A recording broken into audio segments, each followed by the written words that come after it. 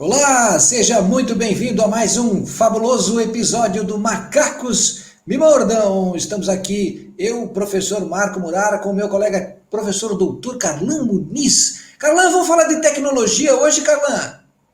Vamos, hoje nós vamos para um assunto denso, um assunto importantíssimo, não apenas socialmente, mas economicamente falando. Vamos misturar tecnologia com humanidade. Meu nome é Carlan Muniz, como o Marco falou, seja muito bem-vindo ao canal Macacos Me Mordam, mais um vídeo desse canal, que a gente tem muito carinho por ele. E hoje nós temos um convidado bem especial para falar de um tema que exige alguma responsabilidade, algum raciocínio. Nós vamos falar hoje com o meu querido DJ Castro. DJ Castro já é meu conhecido, meu colega de longa data. Ele é formado pela ESPM de São Paulo, contemporâneo, né? Se formou um ano antes de mim lá na ESPM.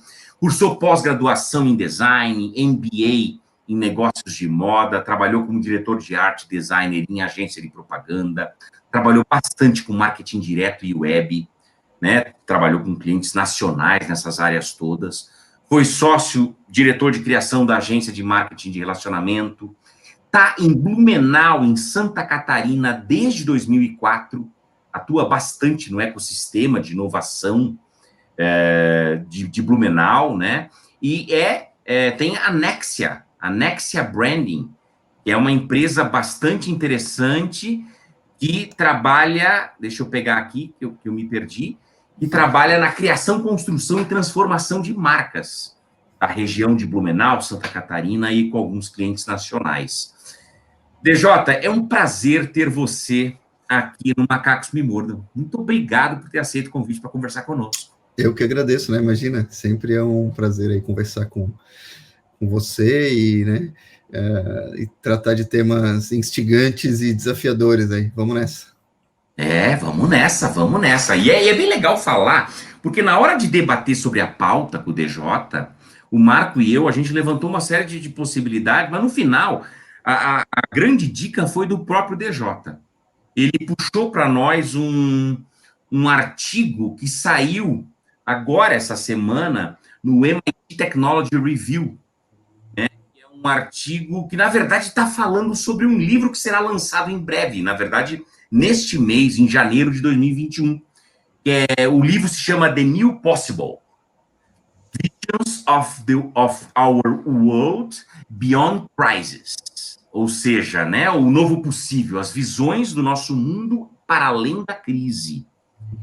É um livro com vários ensaios, eu estava dando uma olhadinha sobre esse livro, vários ensaios que falam de temas específicos sobre o trabalho na contemporaneidade, riqueza, educação, até mesmo o amor, o relacionamento entre pessoas e máquinas. E esse artigo do MIT Technology Review, ele é do Tristan Harris, que é um dos caras que apresenta aquele documentário O Dilema das Redes, do Netflix, que foi bastante comentado agora em 2020, né? E ele vai nessa balada, né, DJ?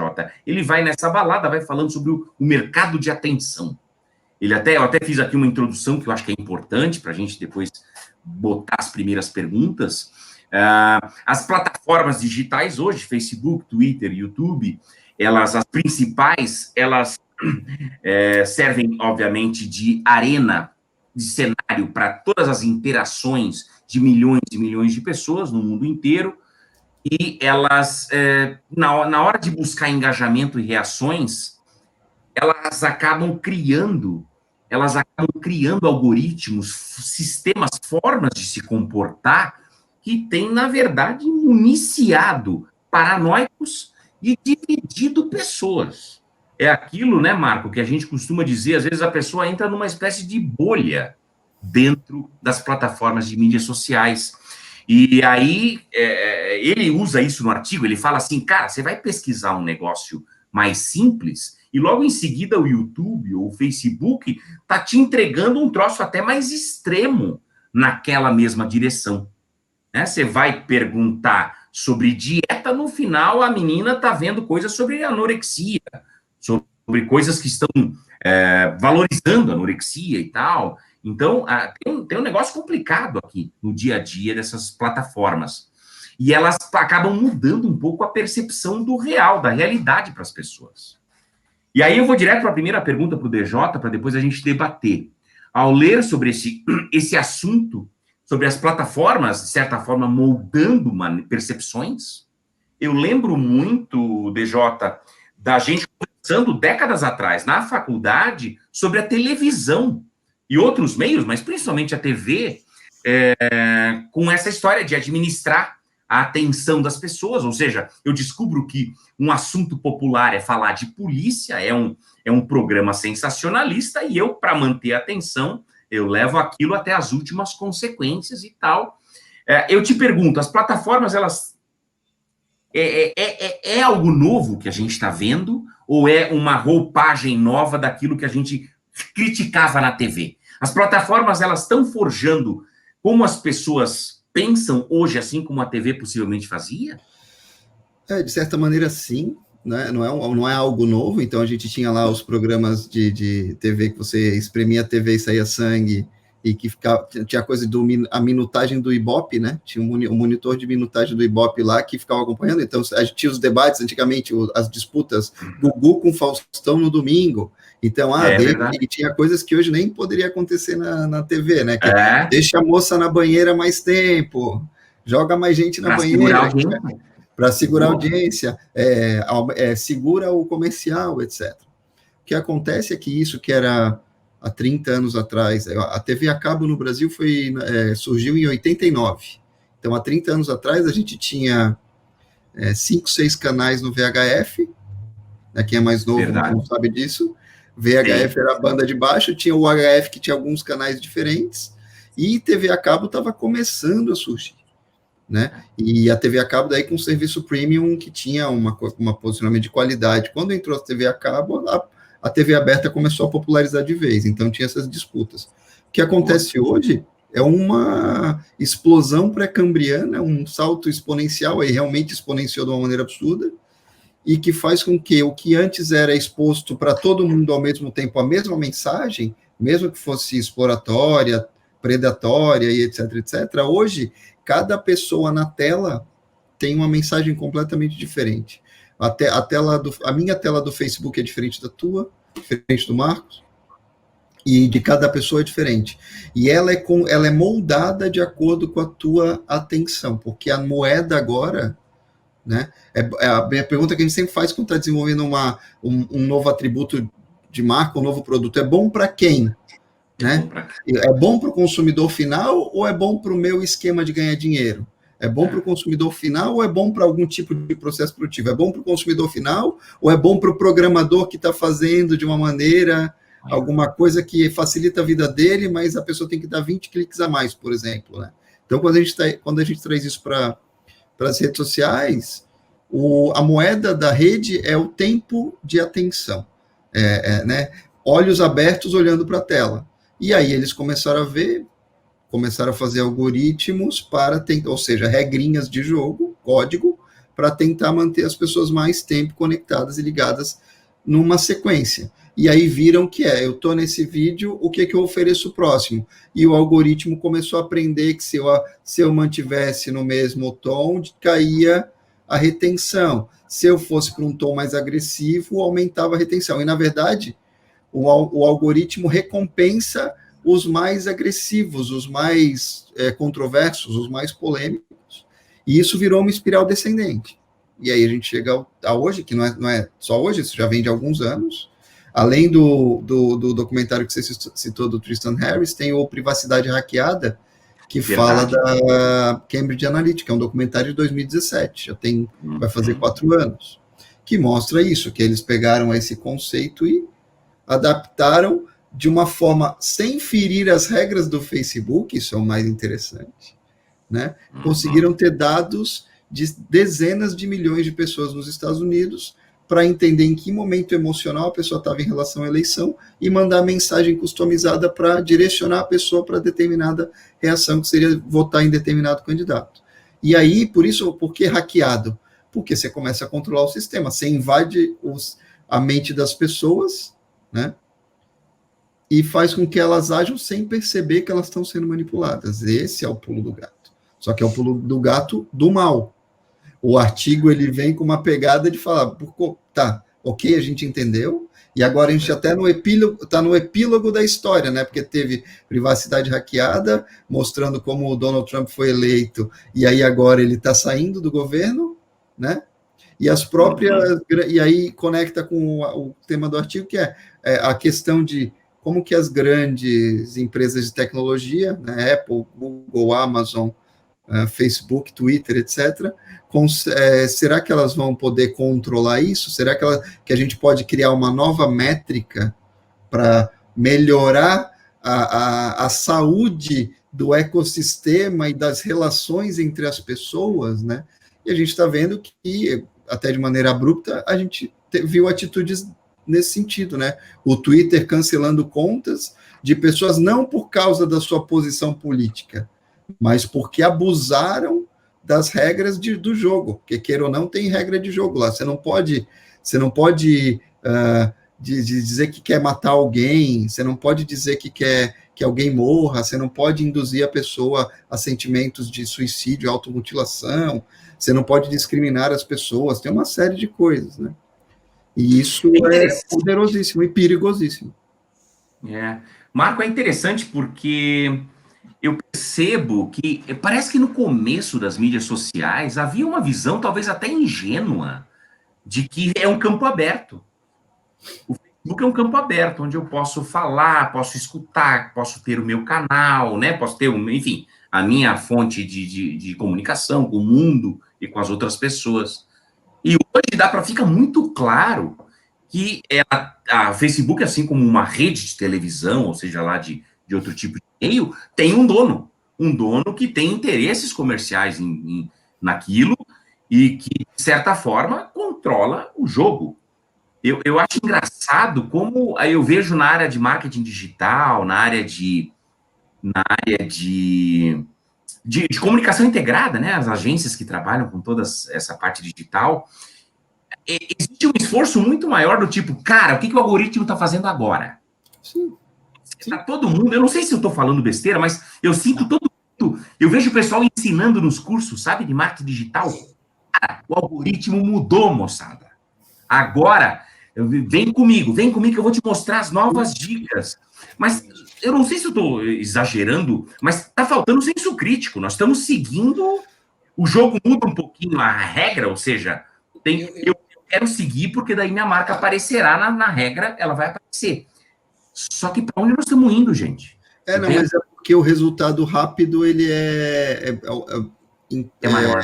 Implica um pragmatismo do que dá resultado mais rápido e com menos esforço, né? Lei do menor esforço. E aí é mais fácil entrar na onda e falar, não, realmente, eu vou fazer esse truquezinho aqui, eu vou usar esse modelo de chamada, eu vou instigar alguém, eu vou cutucar alguém para lá e vou polemizar com tal pessoa, né? E aí as marcas acabam entrando também nessa onda, né? Pode falar, Marcos, desculpa. E aí vem aquela história assim, vamos por esse caminho e vamos cutucar por aqui, porque a gente vai ganhar mais cliques de compra, às vezes até da compra, aquela compra que a gente sempre falava na aula de marketing, aquela compra compulsiva do chocolate que está pertinho do caixa do supermercado, sabe? É digital. Aquela estratégia que eu estou usando agora para tentar driblar o algoritmo e aparecer mais vezes é que vai fazer rapidamente o cara clicar e comprar sem pensar. Eu confesso para vocês que eu estou até com medo. Eu tenho medo de falar a expressão sertanejo universitário perto do meu telefone. Porque essa merda vai começar a me empurrar essa porcaria de música o dia inteiro. Há coisas que são inomináveis nesta casa. Para que eu não escute. Né? Sertanejo universitário é uma delas. Né? Aquele negócio a mulher que encontrou o marido com a abelha no motel, ela levou R$50. Né? Pelo amor de Deus, né? A Silmara e Maravilha. Sim, mas ao mesmo tempo tem gente que quer apenas ouvir isso. E tudo bem. E tudo bem. Tá tudo, tem gente que quer ouvir rap, e tudo bem. A única coisa é que o que acontece é que muitas vezes, em vez de eu te alimentar com mais músicas de sertanejo universitário, eu começo a ver que você se engaja mais se tiver um vídeo sobre traição, se tiver um vídeo sobre violência, não sei das quantas. E quando você vê 2 da manhã, você está na rede... Você vai para o extremo, entendeu? A coisa escala muito rápido, né? Isso. E aí, esse é um problema. Porque Acho que tem uma coisa aí. Discurso político, isso exacerbou e virou real. A gente viu na sociedade que houve uma mudança da psique das pessoas. Não só a privacidade foi hackeada, mas como a psicologia, o psicológico das pessoas foi hackeado. Tem uma frase aí que todo mundo estava dizendo que as redes sociais deram voz aos imbecis. Não, os imbecis sempre tiveram voz, só que eles estavam no sofá da sua casa. Você tinha lá o tio Gerson, você ia visitar o tio Gerson quando voltava para casa. Puxa, como foi legal a visita. Aí alguém disse, tem o tio Gerson, né? Mas tá tudo bem. Então as redes sociais, elas na verdade, elas não deram voz, elas amplificaram a voz dos imbecis, né? Lembrando que o conceito de imbecil é muito relativo. Quem não concorda com o que eu penso, acha que eu sou um imbecil. E aí por aí vai. Só que eu acho que aí entra numa outra coisa, que é assim, ó, a questão até de moral e ética, né? Moral são os princípios que eu tenho. Ética é a prática dos meus princípios, né? E a ética também, vamos ser sinceros, até um tempo atrás, assim, até 1900, tinha coisas que eram consideradas éticas que hoje absolutamente não são. A ética é uma convenção social. Se eu pratico aquilo que a sociedade aceita, eu sou um cara ético, tá tudo certo. Se eu pratico alguma coisa que eu aceito, mas que a sociedade não aceita, então eu sou antiético. E a gente entra nessa briga, e aí começam essas mudanças de algoritmo, que daqui a pouco você começa a dizer, cara, mas aí quem é... Eu vou usar o mais comum aqui. Quem é de esquerda vai cada vez mais para a esquerda. Quem é de direita vai cada vez mais para a direita, e você se fecha dentro daquelas pessoas que pensam igual a você, daqui a pouco isso vira um movimento social, é gente invadindo o Congresso, meu Deus, em 2022. Então, sabe, toma uma proporção complicada. Eu vou lançar para ti aqui, DJ, a segunda pergunta, que vai um pouquinho mais na direção das empresas, né? Sob o ponto de vista de empresas ou grupos sociais tentando ter voz nesse momento, né? Surge uma dificuldade, parece que você só vai aparecer se você jogar o jogo do algoritmo, né? E aí isso, assim, o que pode prostituir a própria mensagem, tipo assim, eu vou me submeter ao algoritmo e fazer algumas coisas que, né? Para poder aparecer, né? Então, assim, mas todo mundo está se questionando o modo como essas coisas são oferecidas, né? Ou inventando todo o tempo uma forma de jogar o jogo do algoritmo e tal, né? Na prática, será que os profissionais de marketing digital e comunicação integrada que trabalham com as plataformas chegam a se questionar ou simplesmente eles vão lá, trabalham e é isso aí, toca o pau, vai? O que eu tenho visto é que sim, as pessoas se questionam bastante, tá? Tem muita gente boa se questionando em cima disso, isso é um sentimento de mercado, mas, entretanto, todavia, tem que pagar as contas. E o jogo, a regra do jogo hoje é essa. Então, para eu fazer, eu tenho que usar isso. Aí, e fica tudo muito aberto, né? Então, às vezes, o cliente exige algum tipo de ação mais agressiva, ou para conseguir as métricas, sejam elas métricas de vaidade, de cliques, etc, etc, ou métricas mais efetivas de engajamento, ou de reconhecimento de marca, ou de relacionamento de longo prazo, ou de aumento de ticket médio, por exemplo, né? Tem essa pressão, então é uma equação difícil de equilibrar mesmo, né? Nesse momento, a gente está numa situação em que o pêndulo foi muito para um lado, e aí agora quebrou, bateu na vidraça, quebrou. Agora a gente vai ter que voltar, equilibrar, arrumar a vidraça, ver o que deu, etc, etc, né? Porque chocou todo mundo. E aí uma outra palavra-chave é convergência. A gente está num momento de convergência de tecnologias, de realidades, de comportamentos, de desejos da humanidade, de problemas da humanidade.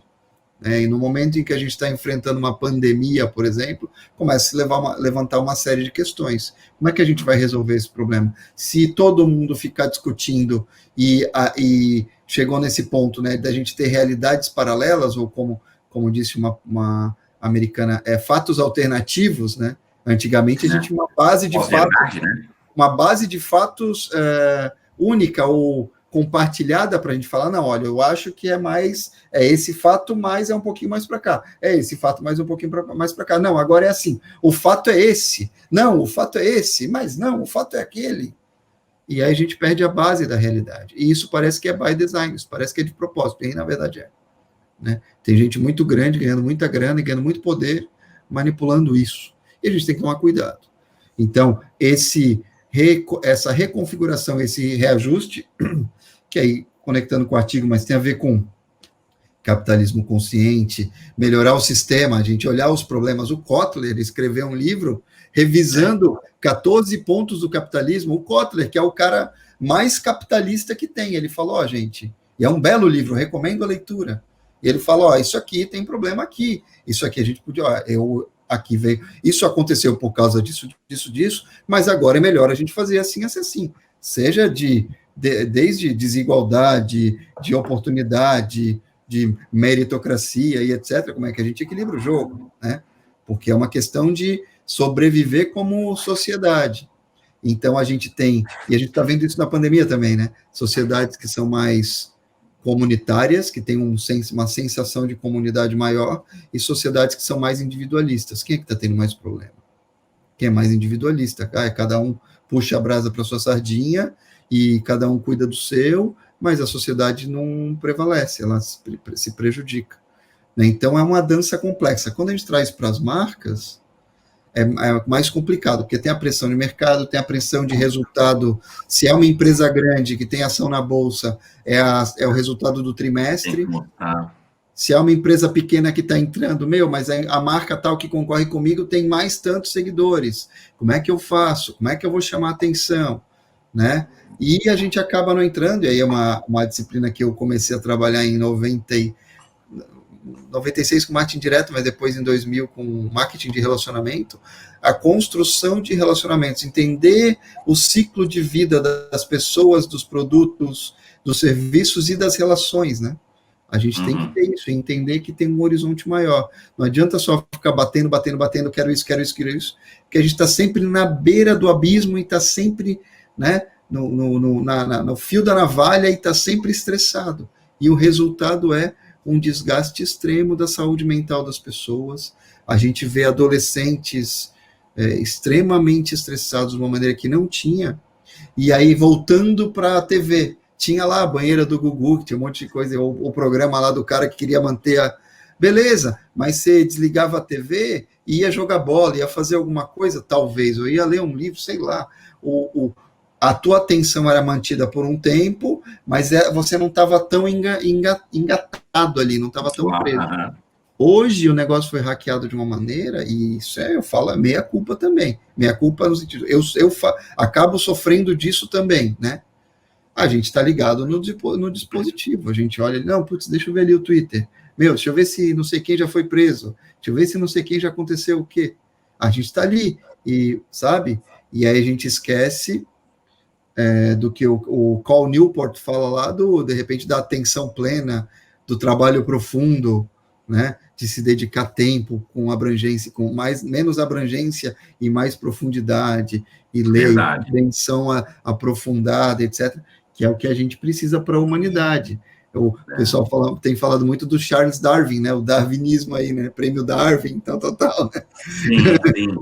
das imbecilidades. Mas quantos livros o Darwin precisou ler para escrever a teoria da seleção natural, né? É verdade. Ele leu em profundidade, ele teve uma reflexão profunda. Hoje a gente tem muito acesso à informação, mas a gente se dispersa muito rapidamente. Isso pega para as marcas, né?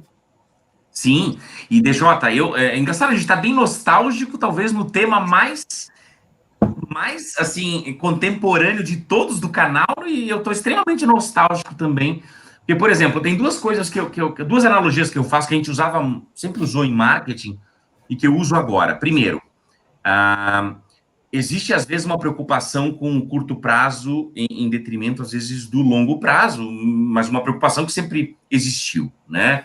Existem pressões um pouco maiores, um pouco menores, mas sempre existiu. E eu percebo, às vezes, essa história de... Nunca se falou tanto em gatilho, né? Eu não aguento mais a palavra gatilho. É gatilho para cá, é gatilho, que tem muito a ver com o próprio algoritmo, tem muito a ver com aquilo até o tipo de chamada, o tipo de cor a ser utilizada, o tipo de, enfim, desenvolvimento daquilo que tu vai pôr nas plataformas.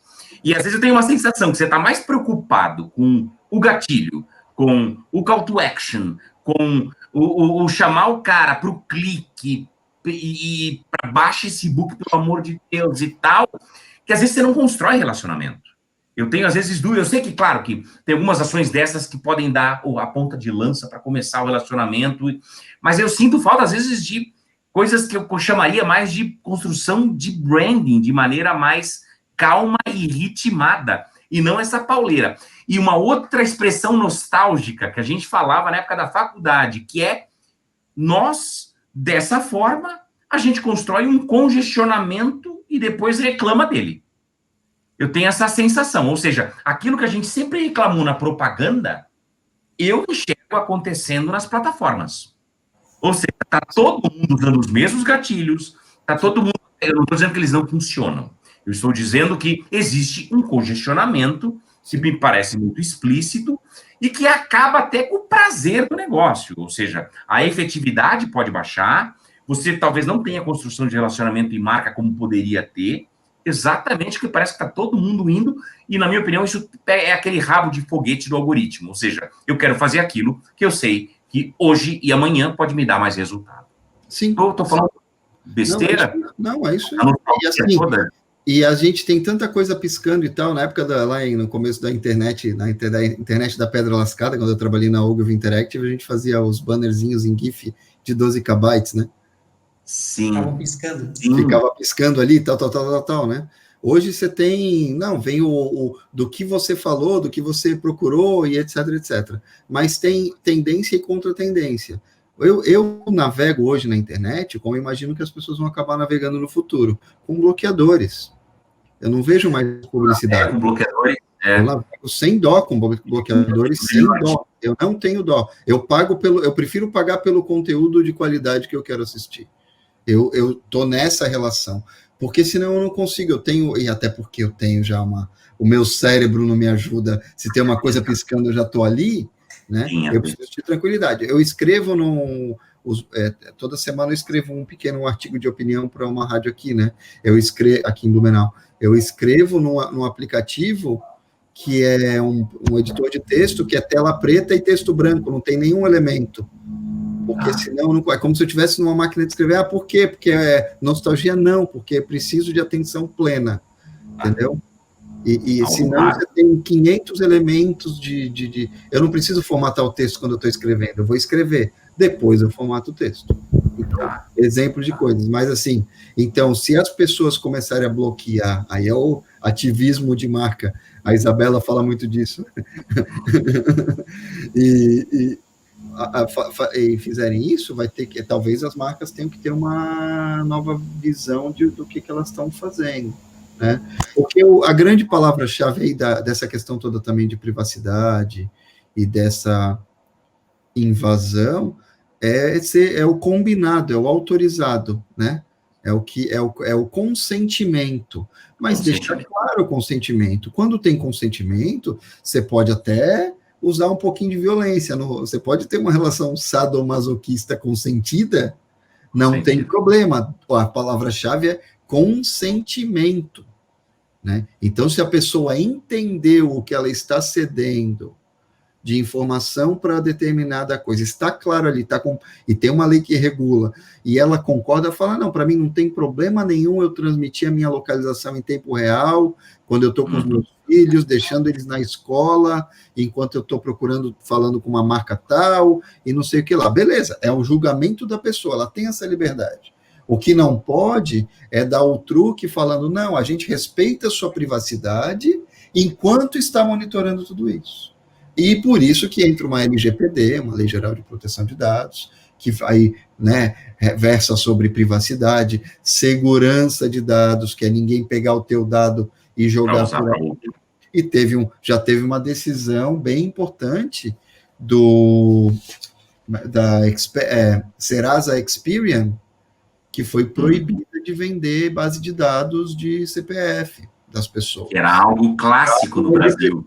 Era o modelo de negócio deles. Então, coisas que eram aprovadas e agora não são. Então, a ética vai mudando, né? A Eu acho que ética vai evoluindo. Eu acho que a gente leva um tempo ainda para poder amadurecer a nossa Lei Geral de Proteção de Dados, né? Até tem uma disciplina que eu leciono na pós-graduação, onde a gente aborda a Lei Geral, não no tocante a parte de direito, que não é a minha área, mas sim a parte de estratégia e de gestão, né? E é muito E de complicado processos de sistemas, né? isso. A gente não pode esquecer, tem muita. Nós que trabalhamos aí com a parte de inovação, centros de inovação, ecossistema, startups e tudo mais, tem muita gente que lida com as coisas aqui como se nós morássemos no Vale do Silício, mas nós moramos no Vale do Suplício, né? Então a lei geral aqui, ela ainda vai remar muito, porque a gente não pode esquecer que nós estamos no Brasil, onde as coisas para funcionar leva um tempo maior e tal. Mas eu acho que a gente precisa ter uma mudança de mentalidade nesse sentido. A gente tem que ser menos essa síndrome de vira-lata também. A gente tem que, tem que ser diferente. Esse marco legal é uma grande oportunidade da gente começar a fazer direito. E o que tem que fazer?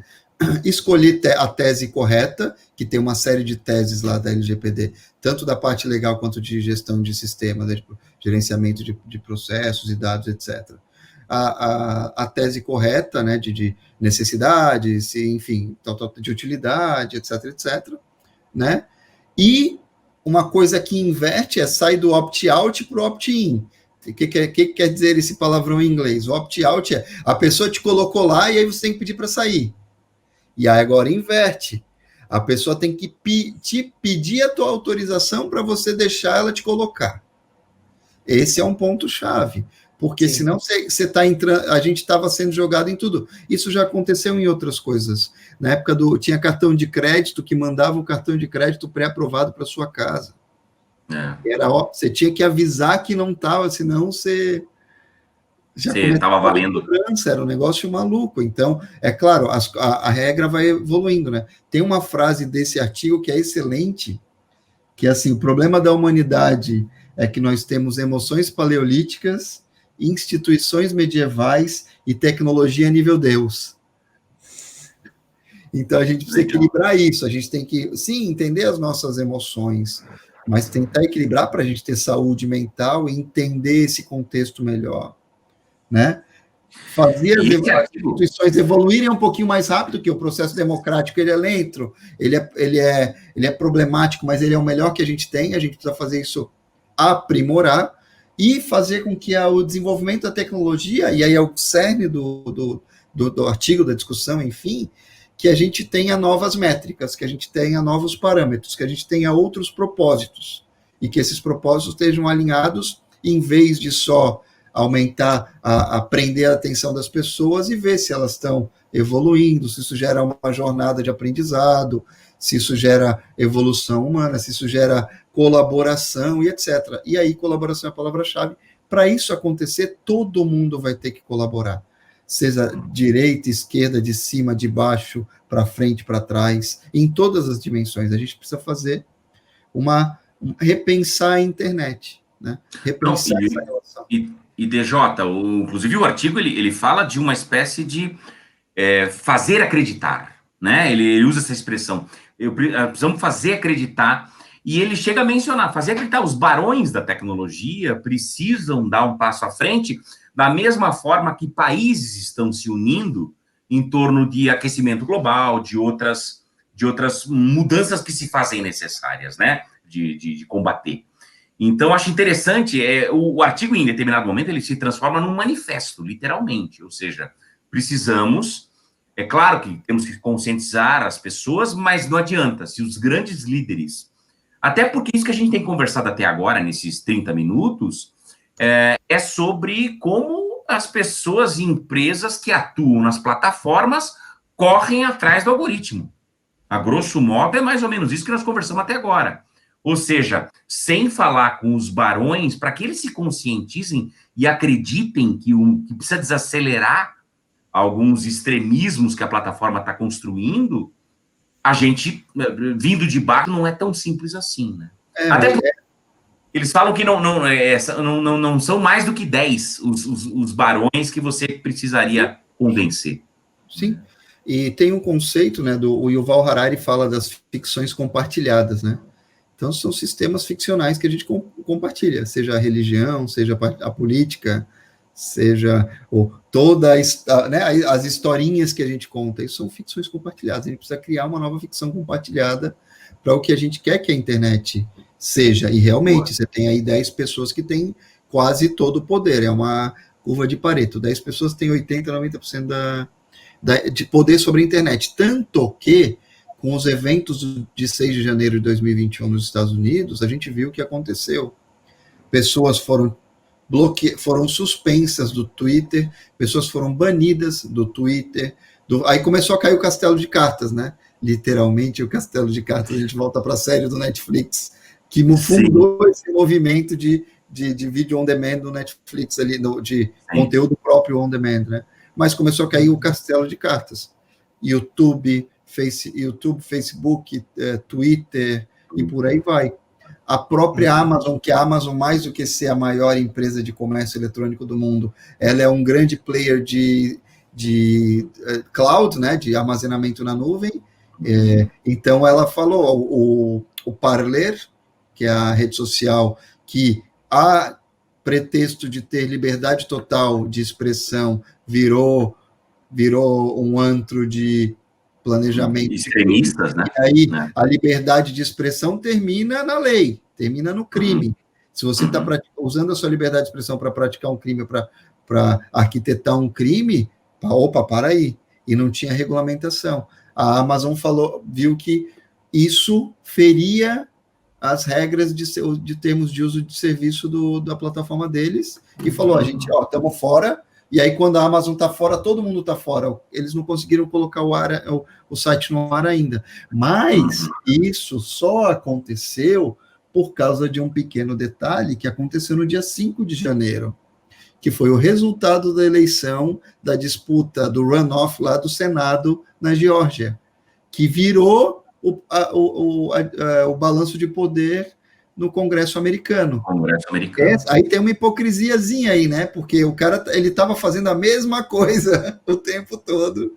Estava descumprindo a regra. Só que a partir do momento que ele perdeu o poder, aí agora ele não pode mais estar. Não pode. E vamos ver como vai acontecer. Talvez isso, aí só complementando, essa mudança, né, de perspectiva e essa mudança do balanço de poder nos Estados Unidos, que é onde estão grande parte das corporações que dominam a internet hoje, as grandes plataformas estão lá, talvez tirando as da China, que aí não são fechadas, não tem o que fazer, é outra coisa, é outro regime, mas no mundo livre, tendo essa mudança de balanço de poder, pode ser que a gente tenha um pouquinho, comece a apontar no sentido do manifesto que o artigo traz, né, da gente pensar numa nova relação, numa nova abordagem, numa nova dinâmica de construção de valor para a vida das pessoas a partir das interações digitais na rede mundial de computadores. Mas, DJ, olha só, tem esses grupos que têm acessos a conteúdos específicos conforme o seu perfil e tudo mais, que vai gerando essas bolhas separadas e tal, elas em geral estão no meio de uma determinada polarização. Então, essa pira de todo mundo, sabe? Essa maluquice coletiva tenta colocar todo mundo no mesmo balaio. Né? Eu costumo dizer que quem tem rótulo é vidro de palmito, e aí às vezes os caras vêm para nós, professores, e dizem, e aí, professor, o que você pensa sobre não sei o quê? Sabe? Como se assim, você é Palmeiras ou é Corinthians? Aí tu diz, não, eu sou Flamengo. Aí o cara fica sem argumento, porque a pergunta dele era uma armadilha para te apedrejar ou para te abraçar, entende? E as pessoas ficam todo o tempo... porque elas estão o tempo todo ligadas no algoritmo, dentro da sua bolha, vivendo as suas, digamos assim, frustrações sociais e pessoais, e elas aí tu começa assim, e quando você se manifesta, você divide o teu público, entende? Esse tempo me perguntaram, professor, o senhor é de direita ou é de esquerda? Eu falei, eu sou para frente, velho. O nariz aponta para frente, os olhos é virado para frente, os pés para frente, vai para frente, desgraça, não me enche o saco, né? E aí você se posiciona, e isso aconteceu com o Carlan, né? O Carlan é um cara que quando passa o crachá dele no cartão ponto, cai a luz da PUC, de tão foda que o Carlan é, entende? E aí o que acontece? O Carlan se manifestou esses tempos no Facebook, e uma galera encheu o saco dele, até alunos que eram apaixonados por ele. Já aconteceu comigo também, acontece de vez em quando também. Mas é interessante porque tu é induzido a essa loucura coletiva. Tu é induzido a esse troço. O que tu acha do tal coisa? E o algoritmo, ele sabe mais sobre a gente do que a gente sabe sobre a gente mesmo. Pois é, entendeu? Até tem uma piadinha, mas não é tão piadinha assim, que o Facebook sabe com 3 meses de antecedência que o casal vai se separar. É verdade, porque ele tem aquilo meio que... Começou a olhar, começou a visitar as amigas antigas do colegial e não sei o que, ele já sabe. Ele já identifica. Vamos começar a mandar umas coisinhas. E tem uma outra coisa também. O Facebook, e não só o Facebook, outros, mas o Facebook é o grande exemplo, porque o modelo de negócio é esse. Né? Teve uma declaração do Zuckerberg falando, a gente não se beneficia das ações violentas e dessas coisas, a gente está monitorando e a gente está controlando. Mas o algoritmo ele não está sob controle. Tanto que nos grupos de Facebook em que tinha gente planejando insurreição, tinha publicidade de colete à prova de balas, com publicidade de munição, publicidade de arma, publicidade de capacete, de não sei o que, de mira telescópica, de bota, entende? Então, o algoritmo é amoral, ele não faz julgamento moral. Tem que vir um ser humano e falar, opa, aqui é limite, aqui não pode, aqui não dá, senão a coisa descamba, porque aí ele só aponta para uma métrica. A inteligência artificial, a gente ainda não está lá, mas sistemas de machine learning, você dá um parâmetro para ele vai perseguir aquele parâmetro. O parâmetro é aumentar o tempo de engajamento das pessoas. Eu quero o cara até 4 da manhã babando na frente do YouTube e vai ficar. E aí joga coisa que ele, meu Deus, agora mais coisa. Então, complexo. Claro. DJ, nós vamos nos encaminhando para a reta final, quero colocar mais uma pergunta aqui para a gente debater, para ouvir você. Então, esse artigo que a gente, na verdade, trouxe para conversar um pouquinho, ele fala dessa relação entre tecnologia e humanidade. Esse caráter humano, né, misturado com a tecnologia que permeia as nossas vidas. E o artigo faz esse manifesto. Poxa, temos que convencer os principais players a jogar um jogo mais leve e tal. Mas eu te pergunto, assim, na tua opinião, empresas, agora trazendo para empresas de todos os portes, que de certa forma atuam, têm seu grau de influência, e eu vou até além, não apenas empresas e marcas, mas profissionais que estão aqui, eu e o Marco, professores, estamos aqui falando com pessoas que trabalham com isso, a gente pode fazer alguma coisa? Na tua opinião, como é que se enxerga essa participação? Porque as marcas são convidadas sempre, a partir de agora, a participar dessa sociedade, a construí-la também. Como é que se enxerga isso?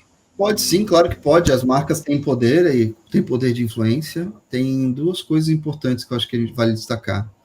Uma palavra que vem se falando muito e já está virando mais uma buzzword, mas tem o seu valor, que é propósito. Quando a gente fala de propósito, as marcas, propósito virou igual, tem muitos lugares que está virando igual declaração de missão e visão antigamente. Isso. Você pode ir na empresa, pega o propósito de uma empresa, tira da parede, bota na outra, é a mesma coisa. E tem que ser uma coisa que reverbera com a empresa. E mais do que escrever um propósito, é alinhar com as pessoas, é disseminar ele e para realizá-lo efetivamente. Porque os propósitos sempre são positivos. Ninguém quer. O propósito é destruir a sociedade civilizada do planeta. Não é esse, né? Mas pode acabar sendo pela prática, né? E o outro é criar comunidade, que tem a ver com o relacionamento que a gente falou antes, né? Isso tem que ser um mantra.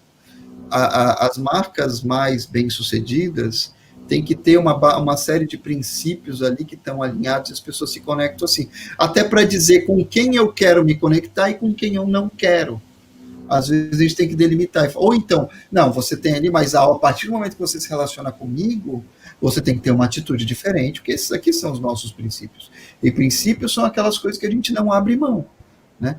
Para funcionar tem que ser assim, igual o avião quando decola. Tem que ter, né, checklist para o avião decolar.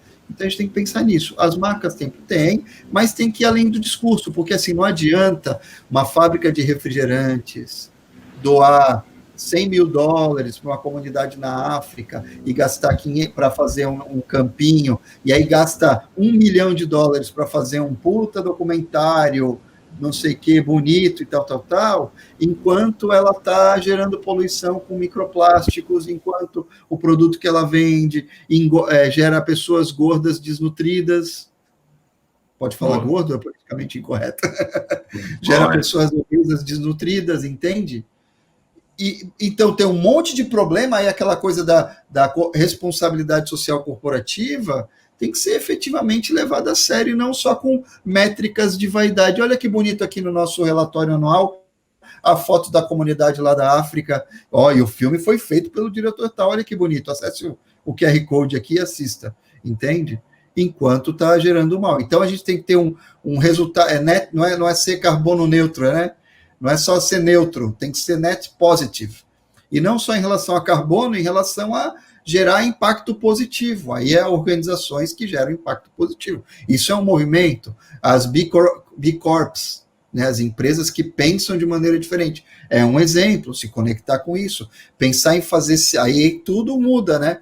Pensar em fazer um ciclo fechado de reciclagem que considera as externalidades e precifica as externalidades, que é uma coisa que a teoria econômica neoclássica ou neoliberal não comporta. As externalidades são externalidades. Se o custo do vazamento do petroleiro não está embutido, por exemplo, né? O que a gente tem que fazer? Para quê? Para equilibrar o jogo. A gente não. E aí, assim, eu não sou assim, meu Deus, agora é todo mundo dança circular e só vamos ser 100% orgânico. Não dá, não se sustenta. A gente vai ter que tentar chegar no equilíbrio. Seja do uso do petróleo, seja do uso das baterias elétricas dos carros, que geram um puto impacto também, seja do uso da energia solar, que pode ser uma solução, ou até da energia nuclear, por exemplo. Então, vê como as coisas estão interconectadas. E aí, amarrando até com o conceito do artigo, né, a gente precisa se unir para chegar num horizonte tecnológico em que a humanidade pare de sair daquela espiral descendente e comece a fazer uma espiral ascendente, para a gente ter interconexão, conectividade, para a gente voltar a ter uma civilidade nas relações, para a humanidade resgatar o seu brilho profundo. Achei ótimo esse termo aqui, né? Deep brilliance, seu brilho profundo. A gente precisa fazer a humanidade brilhar de novo, para a gente construir, porque a gente tem, e isso ficou notório na pandemia, a gente consegue se mobilizar muito, a humanidade, os países, para a guerra. Se fosse um inimigo invadindo o território, tem, 100 mil soldados, 500, vamos construir um navio em 6 meses, não importa, ninguém vai questionar se o navio vai afundar ou não. Constrói o bendito navio, vamos fazer munição, mas a gente fazer uma operação de guerra para salvar vidas é muito mais complexo. Então a gente precisa fazer essa virada de chave, né, da humanidade. E é claro, hoje tem muita gente, poucas pessoas detêm muito poder, inclusive isso pode ser questionado.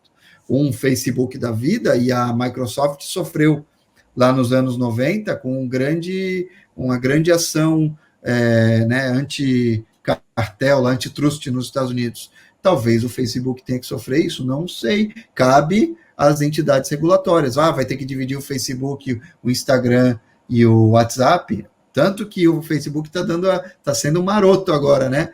A compartilhamento dos dados do WhatsApp com o Facebook. Para quê? Qual é o objetivo deles? Criar uma coisa tão entrelaçada, encalacrada, que não consegue mais desconectar. É estratégico. Mas é bom para quem? Muito legal. Marco. Esperto é o pato que tem os dedos colados para não usar aliança, né? Os caras estão entrelaçando tudo para depois não conseguir cair numa dessa do antitrust também. Legal. DJ, um prazer conhecer você e poder, assim, obrigado, Carlão, por me dar a oportunidade de conhecer o DJ e poder bater um papo sobre esse assunto tão importante, tão relevante, tão atual e que ainda vai dar muito pano para manga e muita conversa. Obrigado. E DJ, nós vamos te puxar para cá, para o Macacos Me Mordam mais vezes, até para tratar de outros temas. Quem sabe trazer você para especificamente discutir branding, discutir comportamento de consumo e inovação dentro das organizações. Tem muita coisa que você pode incluir. Eu tenho uma admiração muito grande, falei isso antes da gente começar a gravação, porque o DJ, ele, em 2020 principalmente, mas antes também, é um grande pesquisador das coisas contemporâneas que estão rolando por aí. Então, sempre fiquei de olho nos conteúdos dele, sempre fiquei de olho naquilo que ele mostrava por aí, porque ele é uma grande antena para falar de uma série de assuntos como esses, de inovação e tecnologia.